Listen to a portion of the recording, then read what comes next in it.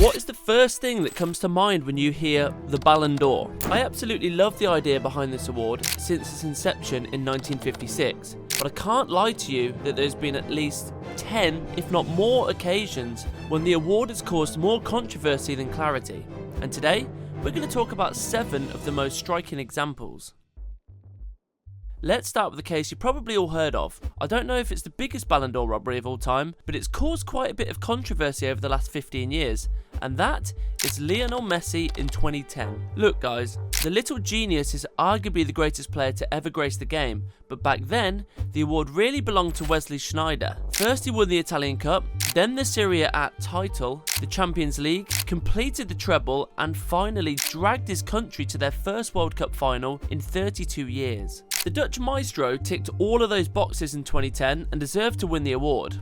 Oh, and let's not forget that it was Sneijder who took out Messi in the semi-final of the 2010 Champions League as Inter Milan eliminated Barcelona. Back to the stats. Yes, Messi was obviously better in this respect, playing as a winger while Sneijder was deep in midfield. But when you zoom in and talk about what was really important, you can really see how robbed Sneijder was back then. He finished with 15 goals and 12 assists in 2009-10 compared to Messi's 58 goals, but the fact remains that Sneijder got involved with some incredibly valuable contributions for club and country. An assist in the Champions League final against Bayern Munich, a goal and assist against Barcelona in the semis, and 3 more in the knockout stages of the tournament. As for the World Cup, the comparison is pointless, as Sneijder scored 5 goals in South Africa compared to Messi's 0 in the worst World Cup of his career. And now, the craziest fact of all, in 2010, Sneijder not only lost the Ballon d'Or, he didn't even make it onto the podium. Instead, Andres Iniesta and Xavi joined Messi in the top 3. Great players, yes, but Sneijder's exclusion was nothing short of criminal. If winning it all and excelling internationally doesn't guarantee you a Ballon d'Or, then what does, guys? I don't know if we'll be able to top that with the other examples, because this is widely considered to be the biggest Ballon d'Or robbery in history. But let's see what else we have prepared for you. 2003,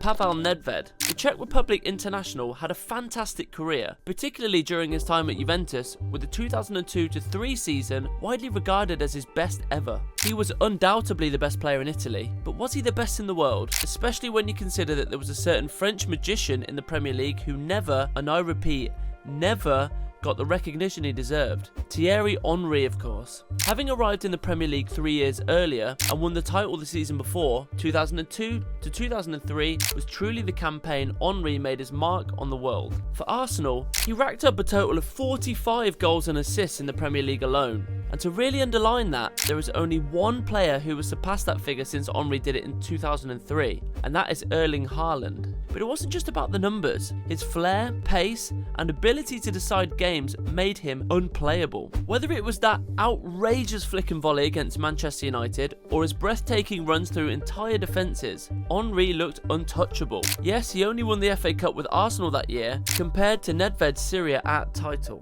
Of course, we can't overlook the fact that Nedved's Juventus also played in the Champions League final, but let's not forget that he missed it through suspension. So yes, that was the year Henry came closest to winning the Ballon d'Or, and it's a shame he was never properly rewarded. Next up was 2001, when the Ballon d'Or saw one of the closest races ever, but in the end, Michael Owen edged out Real Madrid's Raul. A close call, no doubt, but many believe the Spaniard deserved it just a little more. Owen's triumph was built on moments of brilliance.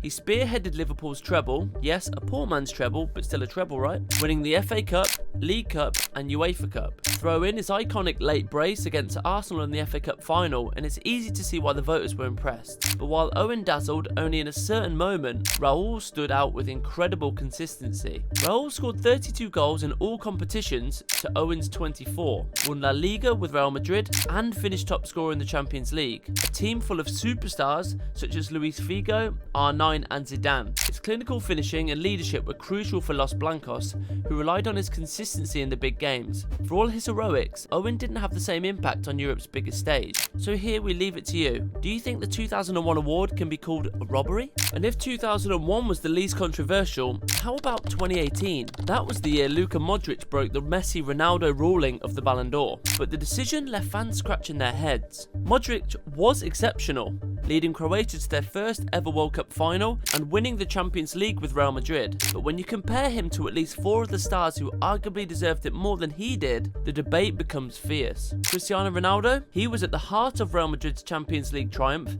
finishing as the tournament's top scorer with breathtaking displays, including that legendary bicycle kick against Juventus. Antoine Griezmann won the Europa League, the World Cup, and was a key player for both Atletico Madrid and France, scoring in both the Europa League final and World Cup final. Kylian Mbappe, at just 19, he lit up the World Cup, scoring 4 goals, including that unforgettable strike against Croatia. Realistically, it wouldn't have been surprising if he'd won it this year, when you add in his performances in his debut season at PSG. And last but not least, Mohamed Salah. Many people forget how unplayable he was in his first season at Liverpool. 44 goals in all competitions, a Premier League record 32 in a single season, and a place in the Champions League final after netting 11 times for the Reds throughout the tournament. So yes, Modric's 2018 was undeniably great, certainly the greatest of his career, but was he really that good to win the most prestigious individual award, especially when we add in the fact that Ivan Rakitic actually scored the most important goals at the World Cup? For the next one, we have Cristiano again as the main protagonist.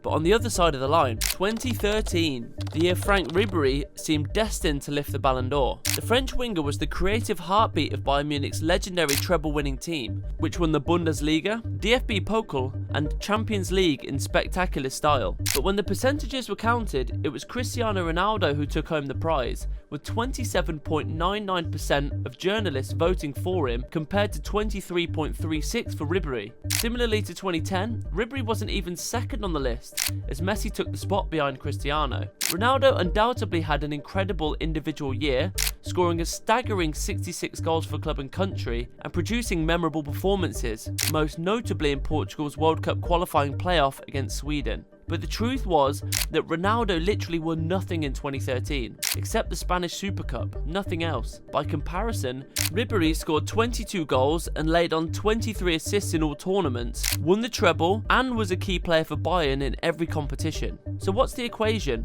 45 involvements plus a treble is less than 66 goals and a Super Cup. Yes, after the Messi case in 2010, I think this could be comfortably in second place for the biggest Ballon d'Or robberies in history. The very last edition of the Ballon d'Or also caused a lot of controversy, with journalists preferring to award the prize to Rodri Hernandez instead of Vinicius Jr. Much has been said in the week since the decision was made, so there's no need to delve in too deeply into it, but let me just state the obvious. Yes, it's incredibly difficult and impressive to bag 22 contributions as a defensive midfielder. That's an absolute fact, and Rodri is the living example that it can be done. On top of that, he won an unprecedented 4th consecutive Premier League title, as well as the Euros, where he was even voted player of the tournament. And with all that, I'm still not convinced enough that he was the right choice for the 2024 edition. I mean, Vinny was on a different level, had a contribution in every round of the Champions League, including 2 goals in the semis and the winner at Wembley, had some respectable figures in La Liga as well, and overall, he was simply the more entertaining player. Watching Vinny on the pitch leaves you scratching your head and wondering, how is this possible? Perhaps his only problem is his tendency of crying, provoking and simulating on the pitch, which just builds a wrong perception about him. And last but not least, we have an example that is not talked about enough, but which deserves its fair share of attention. 1992, it was Van Basten who won it, but many fans still can't believe it wasn't won by a Barcelona player, especially their star man from that iconic 1992 dream team, Hristko Stoichkov. Stoichkov was the driving force behind Barcelona's first ever European Cup win, scoring 4 goals in the competition and dominating La Liga with his relentless pace and deadly finishing. What really made him stand out in that team was his ability to play equally well on the left or in a central attacking role. Of course, his impact in the big moments was second to none at the time, but his versatility was really the most impressive trait of his footballing character. His goal tally wasn't as high as Van Basten's, 29 to 22 for the Dutchman, but Stoichkov had the best club season of his career, winning both La Liga and the Champions League, while Van Basten only won Serie A. On top of that, the Dutch failed miserably at the Euros, missing a crucial penalty against Denmark that knocked his country out of the tournament. Ultimately, the Bulgarian had his moment of redemption when he won the award 2 years later in 1994. What other examples can you think of? Maybe something with Ronaldo or Messi? Don't hesitate to give us a clue in the comments. Also, please like and subscribe if you enjoyed that one, or just check some of our latest entertaining videos you see on your screen right now. I'll catch you in the next one.